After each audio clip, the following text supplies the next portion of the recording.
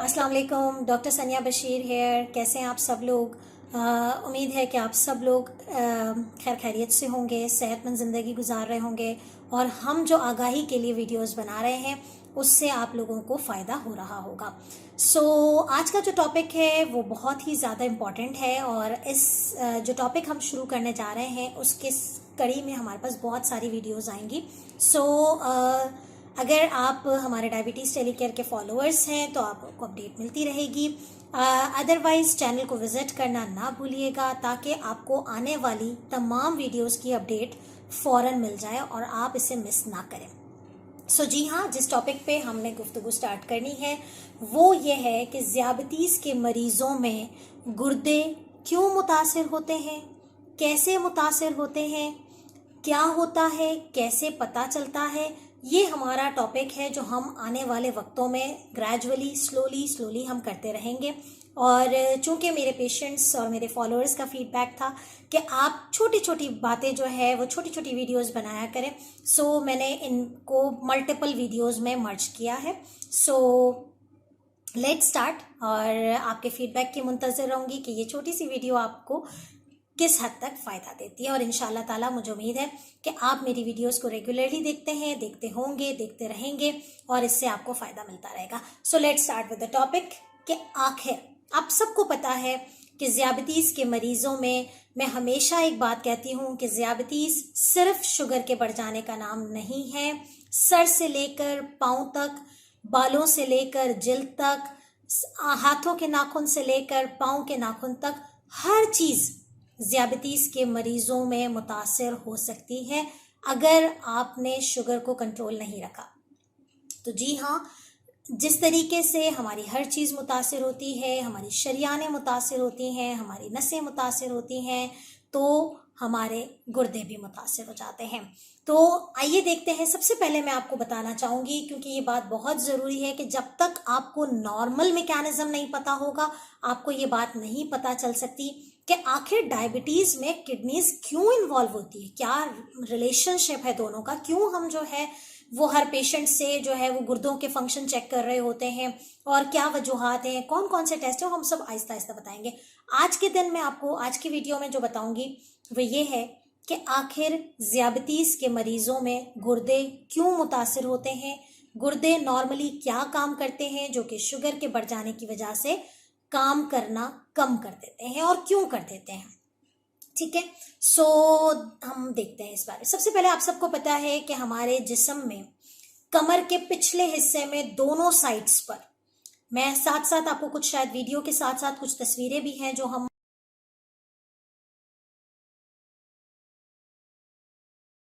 साथ साथ लगाते जाएंगे। कमर के बीच में दोनों साइड्स पर निचले हिस्से में गुर्दे मौजूद होते हैं। उन गुर्दों का काम होता है कि हमारे जिस्म के में मौजूद जो ब्लड है उसमें से जो फजूल चीज़ है, जो वेस्टेज होता है, क्या होता है कि किडनीज उसे फिल्टर करती हैं। किडनीज का काम क्या होता है? किडनीज फिल्टर करती हैं, ठीक है, ब्लड को साफ करके देती हैं। ये किडनी का नॉर्मल काम है। सबसे आसान तरीके से मैं आपको ये समझा सकती हूँ कि किडनीज जो है वो आपके खून को साफ कर रही होती है, फिल्टर कर रही होती है, ताकि जो वेस्टेज है वो यूरिन की फॉर्म में बाहर निकल जाता है और जो बिल्कुल साफ खून है वो वापस से, मेक श्योर कि आप ये मेरी बात समझने की कोशिश करें कि वापस से वो किडनीज में जो ब्लड है वो वापस से खून की तरफ चला जाता है। जो हमारा ब्लड सर्कुलेशन है, जो हमारा निज़ाम जो हमारा दौरानिया खून चल रहा होता है उसमें वो साफ खून चला जाता है। इसकी वीडियो, इसकी एक इमेज जो है वो मेरी वीडियो के साथ साथ आपको मिलती चली जाएगी। तो ये एक नॉर्मल मैकेनिज्म है। अब ऐसा क्या हो जाता है एक डायबिटिक पेशेंट में कि ये किडनीज अपना काम करना कम कर देती हैं और क्या वजूहात है?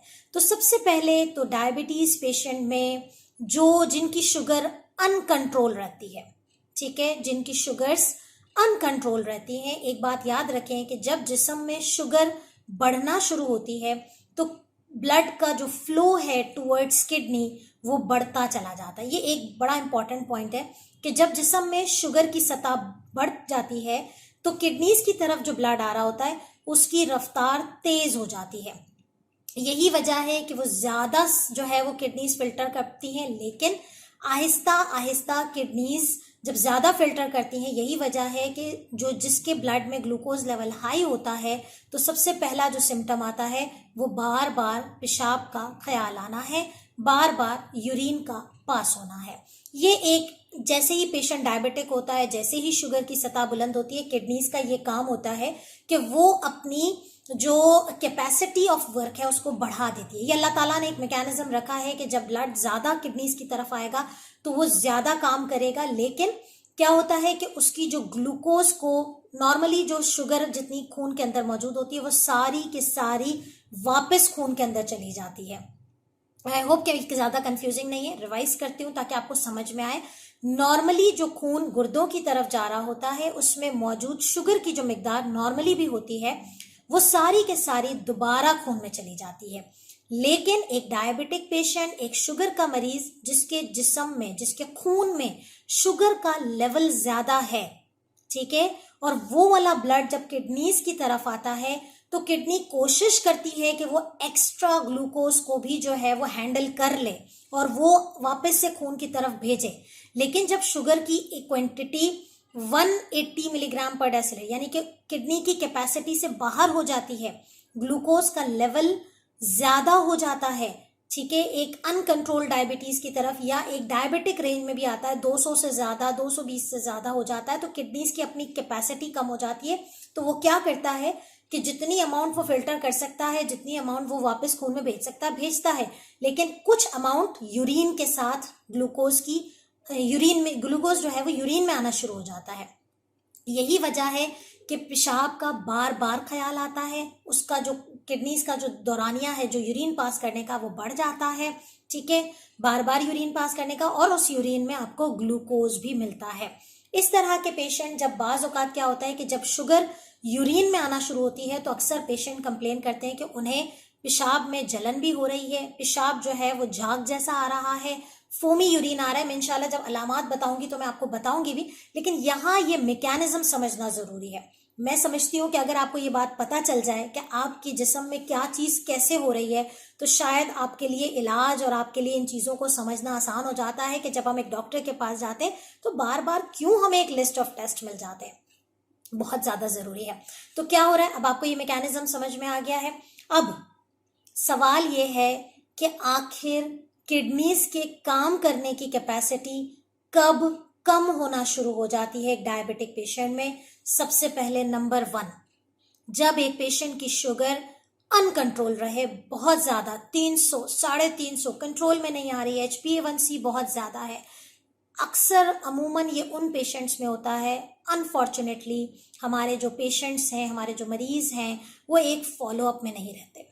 वो समझते हैं कि डायबिटीज़ की ट्रीटमेंट जो है, और आप में से बहुत सारे ऐसे लोग होंगे, मेरी रिक्वेस्ट होती है कि आप लोग अपना फॉलोअप ज़रूर मेंटेन रखें, क्योंकि डॉक्टर को पता है कि आपका टेस्ट, आपके जो गुर्दे, आपकी जो बॉडी के जो भी पार्ट्स इन्वॉल्व हो रहे हैं वो कब और कैसे इन्वॉल्व होंगे।